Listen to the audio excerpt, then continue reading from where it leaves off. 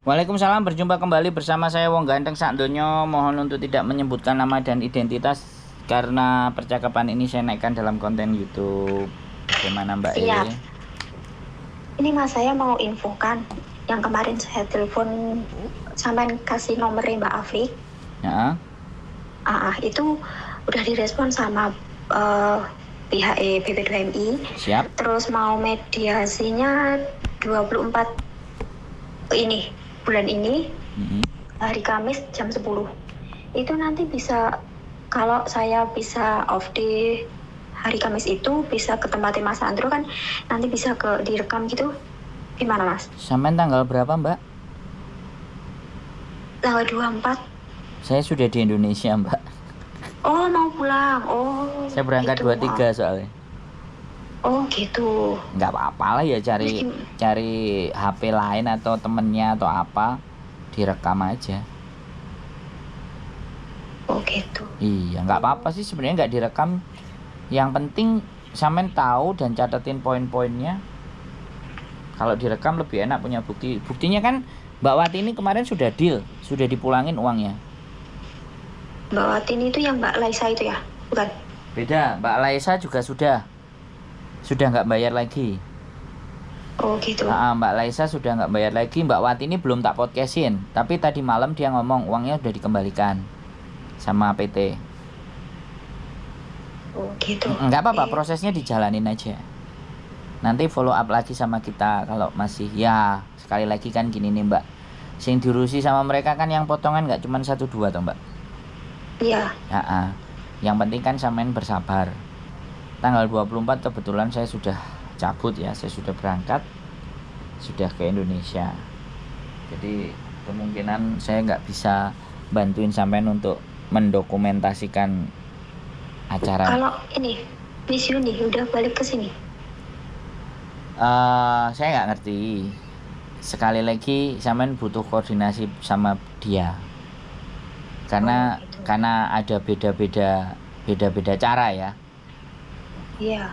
Beda-beda cara. Kalau sampean mau monggo datang ke tempatnya Miss Yuni kalau dia memang langsung mau di-up. Dan itu kalau sampean mediasi itu kan nama dan semuanya kan nggak ditutupi. Saya simpen semuanya, tapi kan kembali lagi kalau kita naikkan kan nama PT-nya yang jadi hancur Mbak. Nah saya masih mikirin itu, makanya nggak saya blow up. Karena juga ada solusinya, ada penyelesaiannya. Kecuali nggak ada penyelesaiannya baru viralin, dinaikin kan. Yang punyanya Mbak Wati saya ada, yang punyanya satu lagi juga saya punya di file saya, tapi saya nggak akan keluarkan karena Mbak Wati ini clear. Jadi yang punya Mbak Wati ini saya hapus. Soalnya kan clear, dikembalikan. Oke. Jadi tujuan mudah-mudahan dikembalikan. Sebenarnya kalau sampean yakin dan sampean nanti kan ada briefing, ada yang disampaikan. Kadang-kadang anak-anak kan takut sama PT.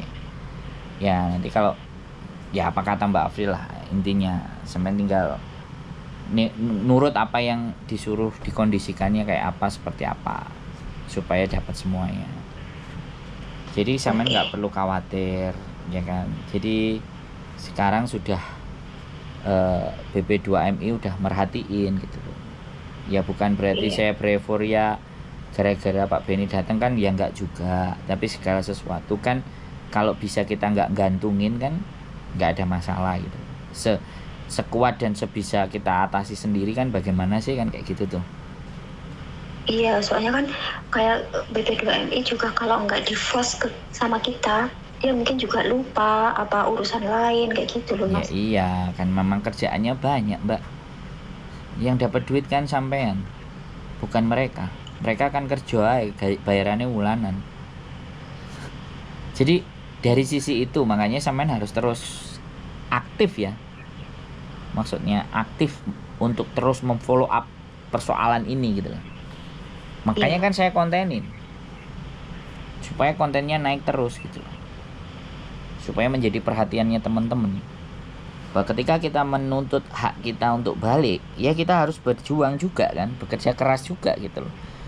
nggak bisa cuma nyalano ala omongannya Sandro ngene-ngene ditolong ya podo ae duitnya ya orang balik. Nah, ada nggak suatu ketika akan ada omongan kayak gitu, bener nggak? Iya. Betul. Makanya kan saya kontenin juga bahwa segala sesuatu ya kita nggak menyalahkan siapapun. Birokrasi di Indonesia udah memang seperti itu, ya kan? Jatuhnya ya sudah, kita harus berjuang keras sendiri. Gitu, bojoku ngapain telepon? Oke, makasih Mas kalau gitu. Ya, oke. Sehat selalu pokoknya buat sampean ya, tetap semangat ya, terus follow up ya. Kabar-kabar terus. Oke. Supaya Siap. nanti kita bisa tahu dari mana dan dari sisi mana untuk mendorongnya. Oke? Oke, makasih. Sehat selalu Mbak Ayu. Bye-bye.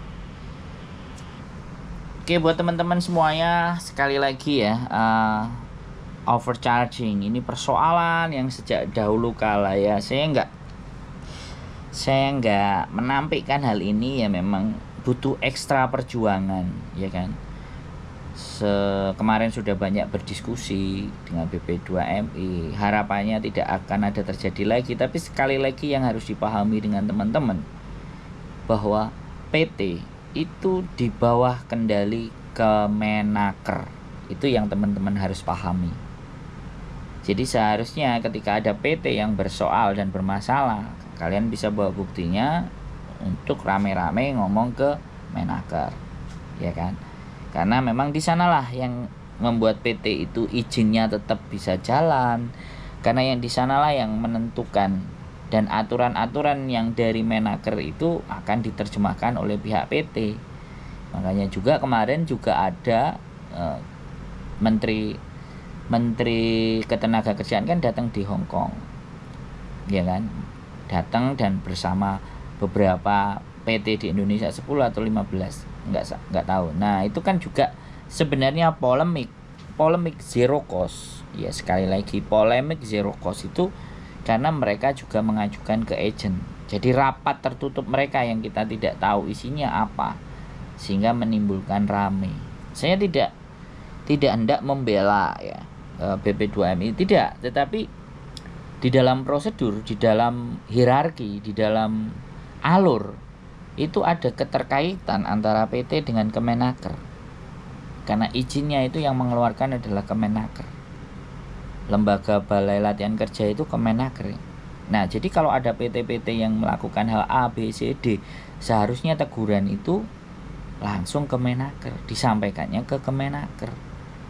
Jadi teman-teman harusnya berkeluh kesahnya sama Kemenaker, ya kan. Nah, kebetulan saja BP2MI itu badan yang dipasrai untuk melakukan atau menjalankan atau semuanya.